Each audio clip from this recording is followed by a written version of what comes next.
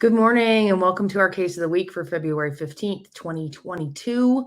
My name is Kelly Twigger, and as you know, if you join us each week, I am the CEO and founder of eDiscovery Assistant, as well as the principal at ESI Attorneys. So happy to be here with you today. Thank you so much for joining us for this week's case of the week. In terms of our partnership with ACES, if you join us, you know that each week we choose a case from the eDiscovery Assistant database and try to highlight key issues for litigators to give you some practical guidance on what to do in specific situations that deal with electronic discovery.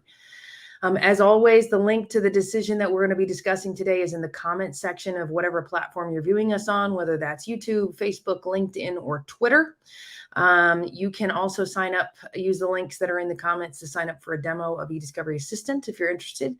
And you can also click on and sign up to receive our 2020 annual case law report that breaks down the case law that we saw in 2020, plus issues and how those issues started to develop within that year. We're working on our 2021 case law report that will be out in early March. And that will include a similar breakdown as well as a comparison to 2020. All right, let us get into this week's case. This week's decision comes to us from a case titled Stevens versus D.B. Roberts. And we are before Judge Anna Brown, who is a senior United States District Judge in the District of Oregon within the Ninth Circuit. This is a decision from September 8th of 2021, so just a few months ago. And the reason I selected this case today is because it really reiterates concepts that had been pretty developed in terms of what costs are recoverable following a favorable judgment. So those costs are governed under Rule 54 and then under U.S. Code 28 U.S.C. 1920. And so we're going to look at how the Ninth Circuit has analyzed those and reiterated earlier editions of case law in Race Tires and Country Ventnor. In this particular case, the defendants had just received a grant of summary judgment in their favor, and at this point have submitted a bill of costs to the district court for recovery. Those amounts are provided by, as I mentioned, Rule 54 and 28 U.S.C. 1920. Of the amount that the defendants sought, was a total of, I think, about $5,000. They sought two specific categories of information related to electronic discovery. One was $2,617 for, quote, printing, reproduction, and electronic document storage fees, close quote.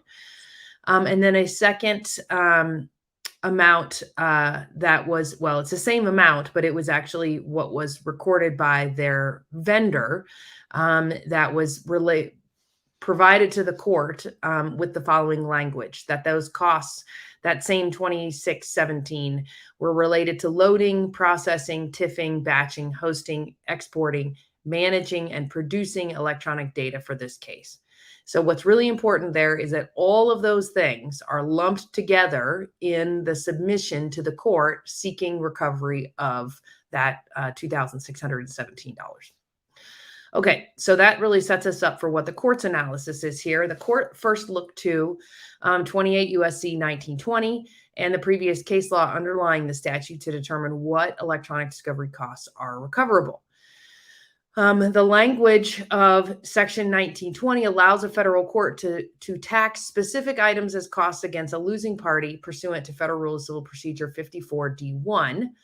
And that Section 1920 provides that a judge or clerk of any court of the United States may tax costs for the following, and it lists out multiple categories, period.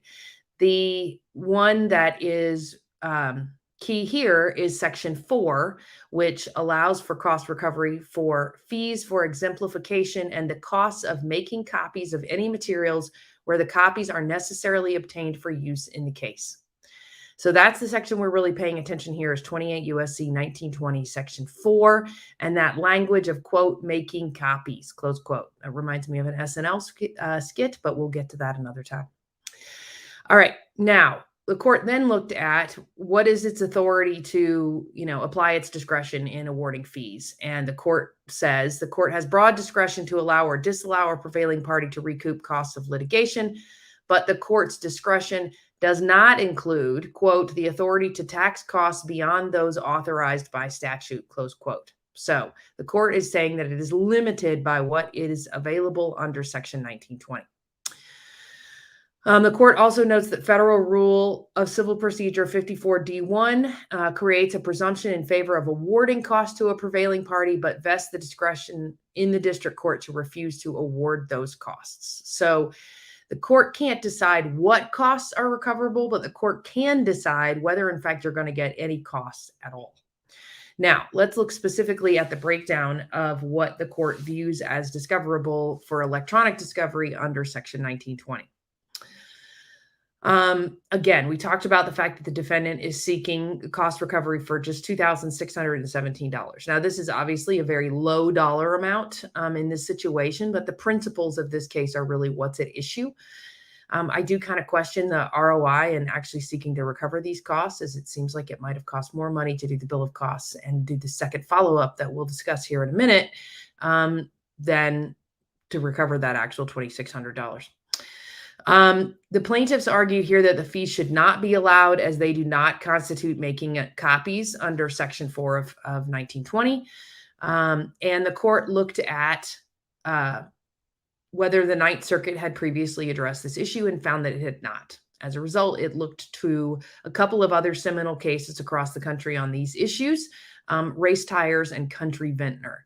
And we'll add the links to those decisions to the comment section. I don't think I provided them to Deja to add right at this moment, but we'll add those to them so you can follow up on those. Those two cases are really the seminal cases on the country, in the country, on dealing with what is recoverable for, quote, making copies under 28 U.S.C. 1920 Section 4. So the court looked at those cases and said that other courts have concluded that limited eDiscovery costs relating to scanning hard copy documents, converting electronic files to non-editable formats such as TIFF, and burning files onto disks may be recovered under Section 4 of 28 U.S.C. 1920. The court also noted that courts have not permitted costs for collecting and preserving electronically stored information, processing and indexing ESI, extracting metadata, keyword searching, or OCR on the ground that they do not fall within the scope of Section 4. Now, the court also looks very specifically at the Race Tires decision and lists a couple of really great quotes that if you're on a bill of costs, you want to take a look at this case and how it really articulates what was set forth in Race Tires. Race Tires is a longer decision because it was one of the first to articulate what was recoverable in terms of costs associated with ESI. But this case really does a very nice job of culling it down to what's crucial and really important for you to consider.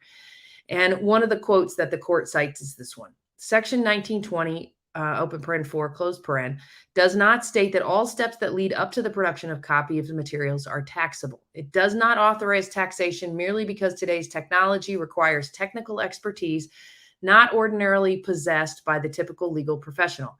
It does not say that activities that encourage cost savings may be taxed. Section 1924 authorizes awarding only the cost of making copies, close quote.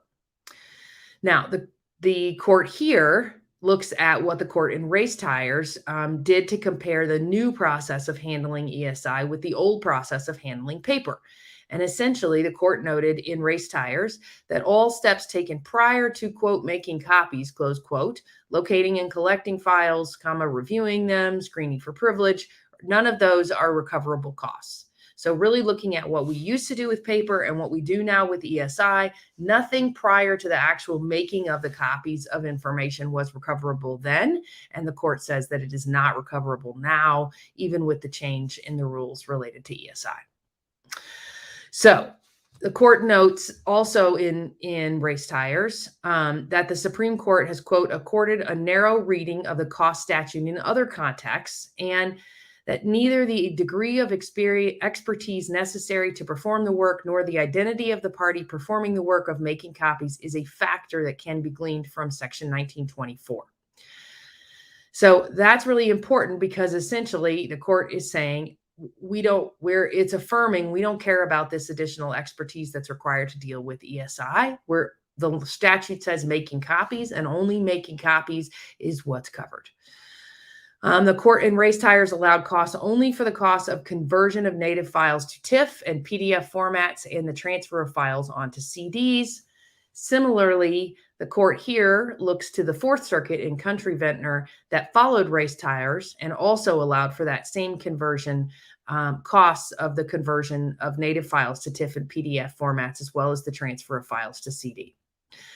So the court here looks at race tires in 𝐒𝐭𝐞𝐦𝐻 and adopts exactly what they're saying and concludes that the defendant's eDiscovery costs related to scanning hard copy documents, converting electronic files to non-editable formats such as TIFF, and burning files onto disks were allowable under Section 1924.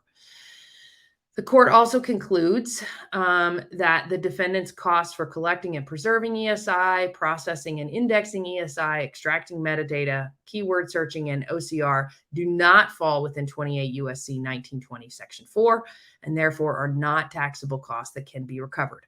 All of that is consistent with the decisions in race tires and 𝐒𝐭𝐞𝐦𝐻. Okay, having decided that, the court then looked at the submitted documentation by the plaintiffs, and this is where the rubber meets the road, and the defendant didn't break down its costs sufficient to allow the court to determine what of the costs they were seeking were actually making copies. So instead, as I mentioned to you earlier, the defendant submitted that overall summary of all the work done by the vendor with a cost of $2,617 associated with it.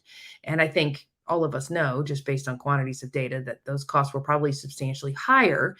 But what happened here is that the defendants didn't specifically articulate exactly what the costs were associated with making copies, which is all that's allowed under Section 1924. So the court denied their motion for costs for the electronic discovery costs. The court did allow the defendants to resubmit an additional bill of costs or a new bill of costs that would specifically articulate those costs associated with making copies that are recoverable.